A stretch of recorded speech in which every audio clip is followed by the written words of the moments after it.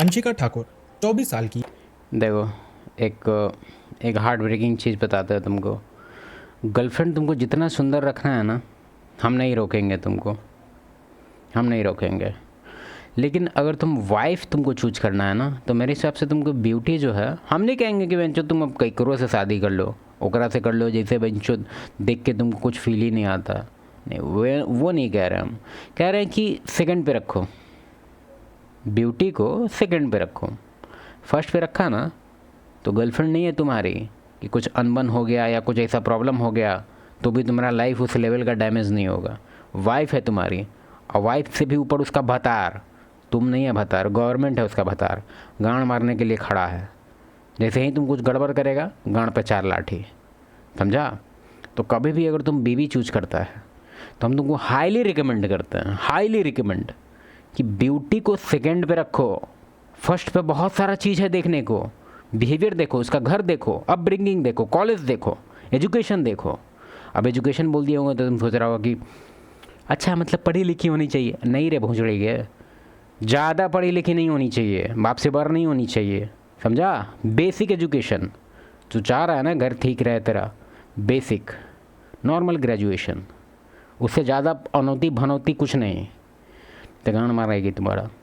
हम मानते हैं कि ये सब चीज़ तुम सोच रहा होगा कि नहीं नहीं आप तो जनरलाइज कर रहे हैं। मेरा एक दोस्त का ब्याह हुआ है, उसकी जो बीवी है ना MBBS है, बहुत अच्छी है।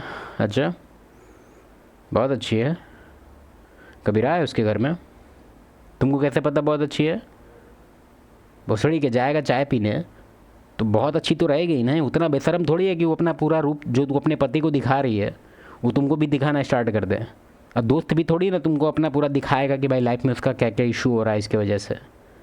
एक बात ध्यान दो, ये चीज़ इवोल्यूशनरी है बेसिकली, लेकिन ध्यान दो, फीमेल तुम पे अगर जितना ज़्यादा डिपेंडेंट होगी ना, डिपेंडेंट, इंडिपेंडेंट नहीं, जितना ज़्यादा तुम पे वो डिपेंडेंट होगी ना, उतना बेटर है तुम्हारे लिए, उतना उसके लिए भी बेटर है, और तुम्हारे लिए भी उतना तुम्हारे ओवरऑल लाइफ के लिए बेटर है।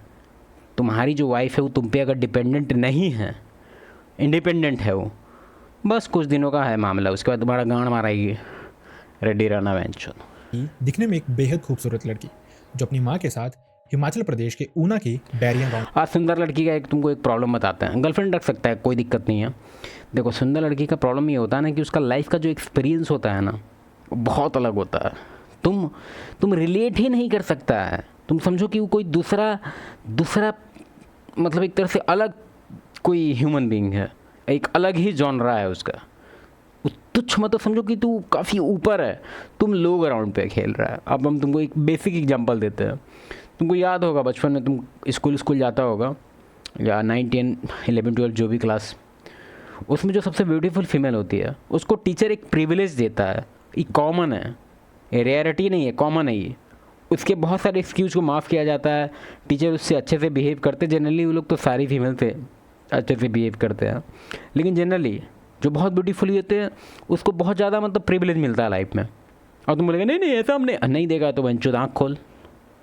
फिर दूसरा चीज़, घर पे जिस दुकान में तुमको दुकान में लाइन लगता है, तुम बहुत देर पे तुमको मिलता है सामान, उसको जाते ही मिलता है गुपचुप। मतलब ओवरऑल हम तुमको कैसे पता है, एक ब्यूटीफुल फीमेल का ना लाइफ का एक्सपीरियंस जो होता है वो एकदम समझो तो वो ऐसा होता है जैसे कि तुम कोई बड़ा अधिकारी बन जाने के बाद जो तुम्हारा एक्सपीरियंस होगा ना लाइफ का, या कोई तुम बड़ा कुछ बन जाओगे एंशो, वो जो एक्सपीरियंस है वो ऑलरेडी वो जी रही होती है।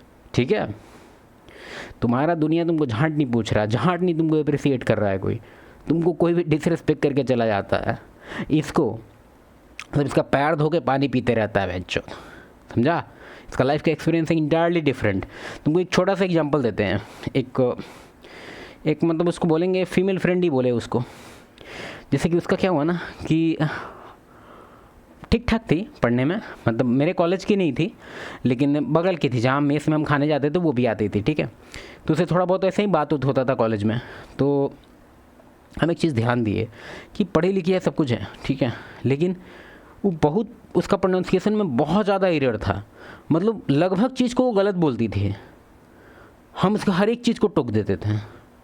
आदत था, ऐसे हम तुमको रिकमेंड नहीं करेंगे ये चीज़, अब उस टाइम आदत था मेरा, हम बोलते थे कि अरे यार मतलब ऐसे नहीं, तो एरोगेंट वे में नहीं करते थे हम उसको, एकदम हम्बल वे में कहते थे कि अरे ऐसे वैसे ये ऐसे बोलते हैं, वो ऐसे बोलते हैं। उसका कारण भी बता देते हैं कि पता है तुमको कि ये सब से जज होता है बेसिकली, हम तो नहीं कर रहे हैं तुमको जज, लेकिन दुनिया करेगा तुमको।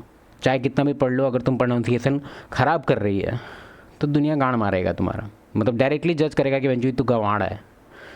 बेंडिट बोलते हैं इसको, बेंडिट, बैंडेज नहीं बोलते, मतलब समझ रहा है। बेसिकली ये बात सही भी है, अगर तुम प्रोनाउंसिएशन गलत करता है तो तुमको दुनिया एक समझता है कि बेंचो दी लाड़ है, लाड़ एजुकेशन ही बेंचो चीट करके पास हुआ, इसको झाट नहीं पता कुछ, तुम्हारा डायरेक्टली वो लोग एक डिग्री बना के रख देता है। तो इसलिए हम तुमको कहेंगे प्रोनाउंसिएशन पे काम करो। हम भी करते हैं, ऐसा नहीं है, सबको करना है, क्योंकि बहुत सारा इंग्लिश का झांटू झांटू वर्ड है बेंचो, ऐसा ऐसा है कि वो सब छोड़ो। कहने का क्या तात्पर्य है, सुंदर लड़की से ब्याह मत करो बहन चोद, समझा। गाँव में रहती थी। अंशिका की शादी 24 सितंबर 2025 की डेट को प्रवेश कुमार नाम के एक इंसान के साथ तय की गई थी। लेकिन शादी से एक दिन पहले ही जब अंशिका की माँ और उसकी मौसी सुबह उठते हैं तो वो देखते हैं कि अंशिका घर पे नहीं है। इनफैक्ट उसका दरवाजा खुला है और उसका फैन भी ऑन था। देखने में लग रहा था कि अंशिका शायद दल्दबाजी में यहाँ से भाग के गई है। बाप रे, एक बार तो एक तो सुंदर, उसके बाद रील बनाना, बहन चोद, ये क्या है, तो डेडली कॉम्बिनेशन है। उनका मानना ये भी था कि कहीं ना कहीं ये भी हो सकता है वो अपने मंगेतर के साथ ही भाग के चली गई हो। लेकिन सोचने वाली बात है कि ऐसी क्या मुसीबत आन पड़ी थी कि अंशिका, जिसकी शादी तय कर दी गई थी उसके मंगेतर के साथ ही, उसको उसके साथ भागना पड़ जाए। देखते देखते नहीं नहीं नहीं नहीं, फैंटेसी है। तुमको मैं शायद ये केस के बारे में हम पिछले वीडियो में बता चुके हैं। मेरे ही सर्कल का ही स्टोरी है बेसिकली, कि इंगेजमेंट से पहले वो अपने पुराने वाले से छू दी। 4 घंटा, मतलब उसको 4 घंटा करके हम लोग चिढ़ाते हैं लड़का को। 4 घंटा का ओयो सेशन चला, शादी फिक्स है उस लड़की का, और तब इससे चुद रही है, और भी पहली बार, क्योंकि इससे भी मिला हुआ बस इसको 2-3 महीना हुआ। तो भाई समझ रहा है, बाप रे। कभी डिटेल में सुनाएंगे, क्योंकि वो केस भी काफ़ी इंटरेस्टिंग है। उसमें कुछ क्राइम नहीं हुआ, इसलिए वो कोई केस कभी यूट्यूब पे आएगा ही नहीं, क्योंकि ज़्यादातर ये सब टाइप का जितना भी केस है ना भाई, क्राइम नहीं होता है उसमें। जिसमें क्राइम होता है तो तुम ये सब केस पढ़ता है और तुमको लगता है कि यार रेयर है, लौड़ा रेयर है, बैंड शोध हर जगह हो रहा है ये। कुछ बहुत गहरे राज खुल के सामने आते हैं जब एक पुलिस कंप्लेंट की जाती है, और उसके बाद जो खुलासा होता है वो सबके होश उड़ा देता है। इस सब की शुरुआत हुई थी 2023 के आसपास, जब अंशिका और प्रवेश एक दूसरे से प्यार करते थे। बहुत सारी रिपोर्ट्स के अकॉर्डिंग अंशिका और प्रवेश ने 2023 में एक कोर्ट मैरिज कर ली थी, जिसके बाद उन्होंने थोड़ा टाइम सब कुछ ऐसे ही चला के रखा। लेकिन देखते देखते 2024 में इन दोनों में अनबन होने लग पड़ी, जिसके चलते दोनों डिवोर्स ले लेते हैं एक दूसरे से। कुछ वक्त और बीता है, इनफैक्ट कुछ महीने और बीते हैं, जिसके बाद ये दोनों फिर से किसी कारण की वजह से एक दूसरे के करीब आते हैं। देखते देखते वो प्यार शायद फिर से उमड़ के बाहर आ जाता है। दोनों प्लान करते हैं फिर से एक बार कोर्ट मैरिज करने का, और 2025 के शुरुआती महीनों में ये दोनों कोर्ट मैरिज कर भी लेते हैं। इस कोर्ट मैरिज के बारे में ना तो प्रवेश की फैमिली में किसी को पता था और ना ही अंशिका की फैमिली में किसी को पता था। अंशिका की फैमिली में उसके अलावा उसकी माँ रहती थी, इसके अलावा उसके ताया की फैमिली थी, वो अलग थी। अंशिका के पिता का देहांत कुछ महीने पहले ही हुआ था। उसके अलावा अंशिका का एक भाई भी था जो कि 3 से 4 साल पहले ही गुजर चुका था। वहीं दूसरी तरफ अगर प्रवेश की तरफ देखें तो उसकी भी माँ और पिता नहीं थे, वो अपने चाचा के साथ रहता था जिनका नाम था संजय। प्रवेश के चाचा ने ही उसको पढ़ाया लिखाया, जिसके बाद उसको आर्मी में भर्ती भी करवाया। लाइफ काफ़ी हद तक सॉर्टेड थी। लेकिन इसके बाद जब 2025 में दोनों कोर्ट मैरिज कर लेते हैं, थोड़ा टाइम बीतता है, जिसके बाद एक खुलासा होता है। पता चलता है कि अंशिका 4 महीने की गर्भवती है। अब जब ये बातें निकल के सामने आने लग पड़ती हैं, अंशिका की फैमिली में उसकी माँ को, उसके ताया को भी ये पता चलता है कि अंशिका 4 महीने की प्रेग्नेंट है। उसके बाद वो प्लान करते हैं कि अगर तुम दोनों ने फिर से कोर्ट मैरिज कर ही ली है तो तुम्हारी हम शादी करवा देते हैं। ये जो शादी थी ये हर तरह के रीति रिवाज को फॉलो करके ही की जानी थी। लेकिन एक छोटी सी प्रॉब्लम थी। जो प्रवेश था, जिसके चाचा ने ही उसको पाला हुआ था, जिनका नाम संजय था, वो इस शादी के लिए रेडी नहीं थे। उनका कहना यह था कि अगर प्रवेश अंशिका से शादी करता है तो वो प्रवेश को भी मार डालेंगे, अंशिका को भी मार डालेंगे। इसके अलावा जब उनकी अंशिका की फैमिली से बातचीत होती थी तो वो उनको ये भी कहते थे कि अगर दोनों की शादी हुई तो वो अंशिका पोस्चर ठीक करके रखो तुम लोग भोसड़ी के, ऐसे करके गोल करके बैठा हुआ है, ये देख रहा है कितना बढ़िया से बैठा है, और उसकी माँ को, दोनों को मार डालेंगे। वो इस शादी के बिल्कुल खिलाफ थे। लेकिन वहीं दूसरी तरफ प्रवेश अंशिका की माँ से या फिर अंशिका से लगातार बातें करता रहता था। वो उनको बताता रहता था कि वो अंशिका से ही शादी करेगा। बहुत बारी फैमिलीज में ये भी बातें होती थी। अंशिका की माँ प्रवेश से ये बातें भी करते थे कि अंशिका की कोख में जो बच्चा है, अगर वो नहीं चाहते तो वो उसका कुछ करवा सकते हैं। लेकिन वहीं पे प्रवेश ने ये बताया कि उनकी शादी हो चुकी है कोर्ट में और वो बच्चा भी उनका है। उनको कोई प्रॉब्लम नहीं है, वो इस बच्चे को भी इस दुनिया में लाएंगे और प्रवेश अंशिका से ही शादी करेगा। देखते देखते बात जब आगे बढ़ती है तो बीच का कोई रास्ता देखने की कोशिश की जाती है। इसी के चलते अंशिका की फैमिली को कोशिश की जाती है मनवाने के लिए कि ये जो शादी है ये किसी मंदिर में करवा दी जाए, लेकिन अंशिका की माँ ये नहीं चाहती थी। वो चाहती थी कि उनकी बेटी उनके घर से विदा हो। जैसे हर दूसरी लड़की विदा होती है अपने घर से, वैसे ही अंशिका की भी शादी हो। इसमें कुछ बुराई भी नहीं थी। देखते देखते जब बातें बहुत आगे बढ़ जाती हैं तो फाइनली बीच का एक निष्कर्ष निकलता है जिसमें यह डिसाइड होता है कि 24 सितंबर को अंशिका और प्रवेश की शादी करवा दी जाएगी। इसी के चलते ये लौड़ा महंचोदी क्या स्टोरी है? शादी डिवोर्स लौड़ा जैसा स्टोरी है महंचोद। यदि ऑटोमेटेड ये देखिए महंचोद को एक चीज़ तुम लोग यूट्यूब का देखा है अभी हाल फिलहाल तुम लोग देखा होगा, ये चीज़ मेरा मेन चैनल पे भी हमको पिलाया हुआ है 1-2 वीडियो पर कि जैसे अब ये मत समझ लेना कि वेंचर हम यही सब प्रमोट कर रहे हैं, नहीं कर रहे हैं भाई, लेकिन थोड़ा बहुत करना पड़ता है भाई पैसा के लिए। तो उसमें सब गाँव मार रहा है वेंचर के हिम्मत कैसे हुआ इसका बात करने का। अभी देखो माधुर चौथ को ऐड चलवा रहा है, मतलब हम लोग को कह दिया कि तुम लोग ऐड मत करो, हम करेंगे डायरेक्ट ऐड। देखिए भौंसड़ी को देख रहा है छिनड़पनी यूट्यूब का माधुर चौथ। माँ ने भी देखा वैसे भी इसकी शादी होने वाली है और वैसे भी उनकी बेटी 24 साल की हो चुकी है, तो उन्होंने उसको रोका नहीं बल्कि अलाउ कर दिया जो उसका अपना बेडरूम था उसमें सोने के लिए। इसके अलावा अंशिका की माँ ने यह भी बताया अंशिका अपने घर से बाहर कभी भी नहीं जाती थी, मतलब अगर उसको कहीं आसपास भी जाना होता था तो वो हमेशा अपनी माँ को अपने साथ लेकर जाती थी। खैर इसी सब के बीच में 22 सितंबर का ये दिन आता है जब इन्होंने शादी के कुछ सामान की पैकिंग की, जिसके बाद अंशिका की मौसी भी घर पे आई हुई थी।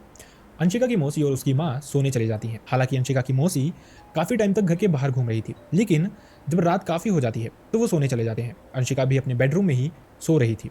अगले दिन जब सुबह फैमिली उठती है, इसलिए वो जल्दी उठते हैं क्योंकि उनको बहुत सारा सामान लेने जाना था। अगले ही दिन अंशिका की शादी प्लान की गई थी, जिसके लिए उन्होंने अपने घर पे 200 से 300 लोगों का एस्टिमेट लगाया था कि वो खाना खाने उनके घर आएंगे। भाई यही चीज़ हमको समझ नहीं आता है स्टोरी में ये लोग का, जिसमें में ये लोग नरेट करता है ना, वो मतलब आदमी सुनने वालों को बहनचोद। एक तो तुमको पता है कि आजकल जनरेशन सब कितना गांडू हो गया है, सुनने के लिए रेडी नहीं रहता है।